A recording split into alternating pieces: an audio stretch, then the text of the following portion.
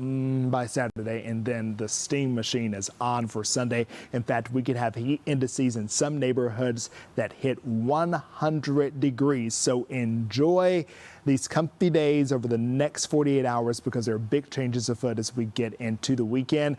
We're not talking about big time rain chances, though. We'll have another look at your forecast when you join us tonight on the news at 10. All right, my friend, thanks. An amusement park ride on Long Island stranded a bunch of kids in the air for a long time. Take a look. You see first responders worked to get them off the Wave Twister ride at Adventureland. It happened Friday night. Crews used a fire truck bucket to remove one child at a time. The ride, which climbs more than 50 feet in the air, was stuck just before the park closed at 8 o'clock. Many of the stuck passengers were there for more than 2 hours, in fact. A 12-year-old who was on the ride described what happened.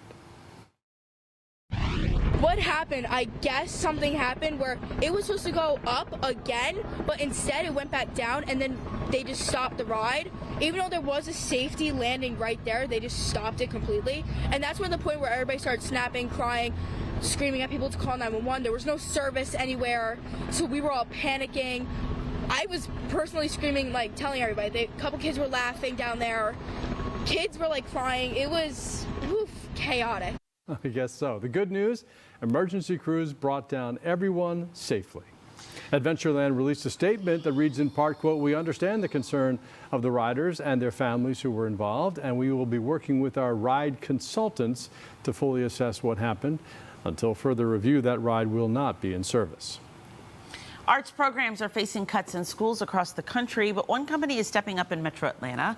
Power Home Remodeling is donating $75,000 and sending dozens of volunteers to help transform art spaces at Resurgence Hall Charter School. Fox 5's Maria Guzman has more on what they're doing. It's been a busy morning here at this school campus as we have over 40 volunteers that have been painting, cleaning, remodeling, and getting the art room here ready for when students come back to school. Our arts program, like many schools throughout Metro Atlanta, they aren't funded at the level that's needed to provide a robust creative experience for students. And so for Resurgence Hall, this is a huge deal that we have this investment and partnership to bring a full arts program to our K-8 students. So before, the room didn't even look like an art room. Before this transformation, you had plain walls. We had no storage, so it's just kind of piles of stuff everywhere. We had older tables, chairs. It really wasn't a space to spark creativity. And so we're really looking forward to this upcoming transformation, and we're most looking forward to when our students come back for the first day of school and get to see their new art room. The $75,000 is a transformational grant for our arts department. We are standing in our soon-to-be new and improved art room for our K-4 program. We're also able to fully supply our entire arts program for a full school year. Art exposure tends to first happen at school, and it's an opportunity for our students to just expand their imagination and become creators. And when we think about what can we all appreciate regardless of what industry you go into, is we just have an appreciation for the arts. And to know that Resurgence Hall may be the home of the next greatest artist, visual artist, musician, just brings a lot of joy to us. Yeah, so today we have just over 40 volunteers from our local office. We're at Resurgence Hall and putting a little bit of sweat equity in this morning, revitalizing their art studio. So after we get finished with this, we have a donation of $75,000 that the school is going to put toward getting new desks, new equipment for this particular facility. Everybody that's here today volunteered their time. As soon as we put the call out that we wanted to help a local school, everybody's hands flew in the air and they wanted to take time. So, you know, as a leader and as a father, that's probably the biggest one is watching these guys want to transform the lives of these children. And for it to be an art studio, I think a lot of times that gets overlooked, specifically with budget cuts. A lot of schools, it seems like that's one of the first things that may be cut. So being able to help a school like Resurgence Hall, a tuition-free charter school, it just feels good, like really, really good. Having something that they can be proud of. The school is beautiful as it is, but for us, having a small part within, helping them have a better, a better experience in school, specifically in something like art, to help their creativity and their minds is just incredible for me. And the countdown is officially on to get this room ready for students as they come back to school on August 1st. All the way from the south side, I'll send things back to you. Maria, thanks. One of the biggest offseason storylines for the Falcons is what they decide to do with tight end Kyle Pitts. Don't worry about him. He's going to be fine. Wonder no more. We've got the latest on his contract extension next in Fox 5 Sports. A couple of guys who could absolutely bring some fire to this team and get them over that hump. You mentioned going down in that first round, obviously not what everybody wanted, but this is a team that you expect to play at the next level and continue to be one of the teams that competes. Now, you talk about a couple of guys who played really well last year, Jalen Johnson, Nickeil Alexander-Walker, you brought back C.J. McCollum, all guys you feel like are contributors, but maybe you just need a couple more guys to help you get over that hump, and this is a team that's expected to do so. Now, to help them do that, they got to have their president of basketball operations in Anzi Salah.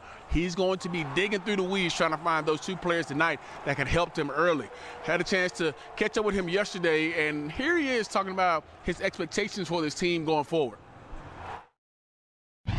We don't want to be that team that skip steps, and we want to be sustainable. It's everything I've been saying. You guys are probably sick of me saying that, but that's just the truth. We really like where we're at as a team and where we're going, and really young still. We're about to get younger, but we're really excited about this draft class and the opportunities that lie before us.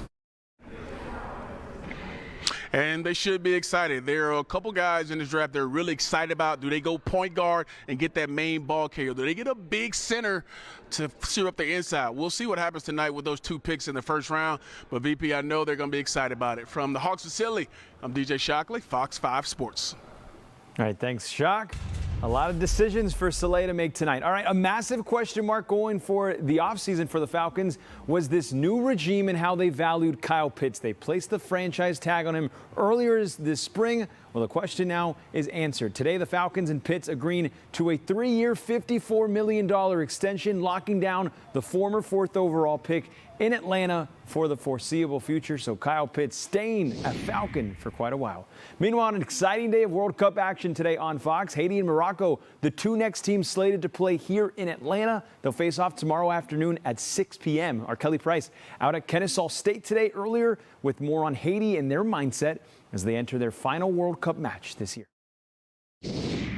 Les Grenadiers have not made it to the World Cup since 1974, and although this team is eliminated from advancing past the group stage, they have a goal to surpass that 1974 squad in the Haitian history books, to come away with a point at the World Cup. We have to take a point or a victory because this is what we play for. I wouldn't say like we have nothing to lose, we have everything to win, so hopefully we're going to take points on this game. But Haiti is used to odds being stacked against them. Most of the roster is based outside of the Caribbean country due to internal turmoil, and the team had to play all of its qualifying matches 500 miles away in Curacao. We are really proud. It's been 52 years we haven't made it. We passed some hard times to qualify the team.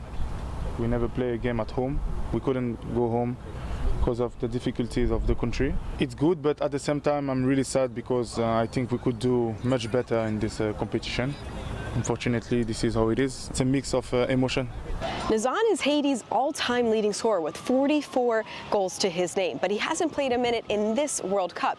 He said in addition to stealing a point from Morocco in Atlanta, his biggest hope is that he can take the pitch for his country in what he called a good last party. In Kennesaw, Kelly Price, Fox 5 Sports. The World Cup is exciting, so that match is tomorrow England, another one today, so they played. That's the team we're most likely going to see in the round of 32 here in Atlanta. They drew, so a surprise tie for them. The World Cup action's been fun. Can you imagine how packed Fan Fest is going to be? Oh my gosh, it's been crazy. Exciting stuff. All right, we'll see you tonight at 10. We decided to implement NetSuite because of the complexity of the business. I have 5 times as many people out.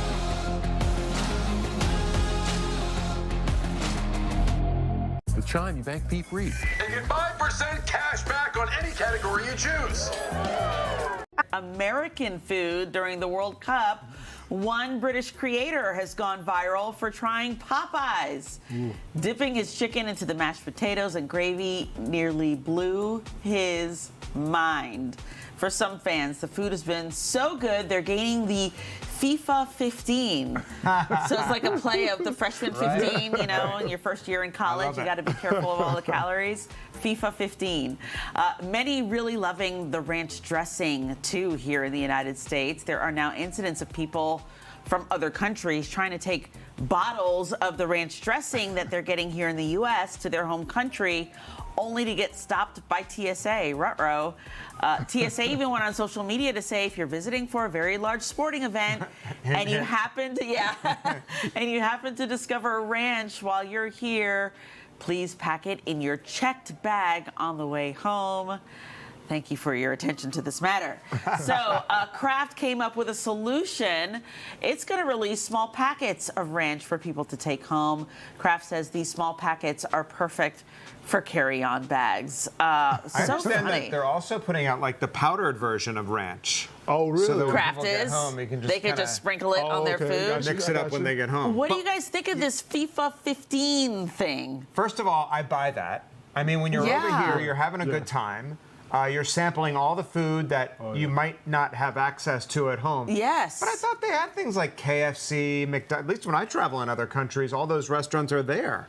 They're a little different though. They're not American style. True. You know, they're different recipes. They're different, more catered different to items. that country. Yeah, I can relate to that Popeyes and mashed potatoes. I remember the first time I done it. It is something special. So I can get his reaction.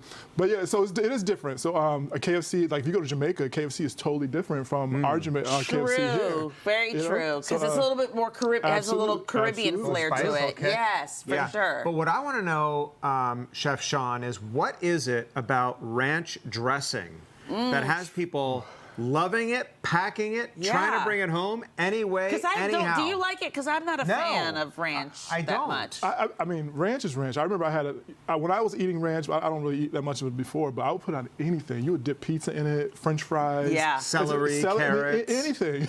I was thinking about. I know. He's doing the healthy stuff. You're dipping the healthy stuff in it. Yeah, but it's chicken wings.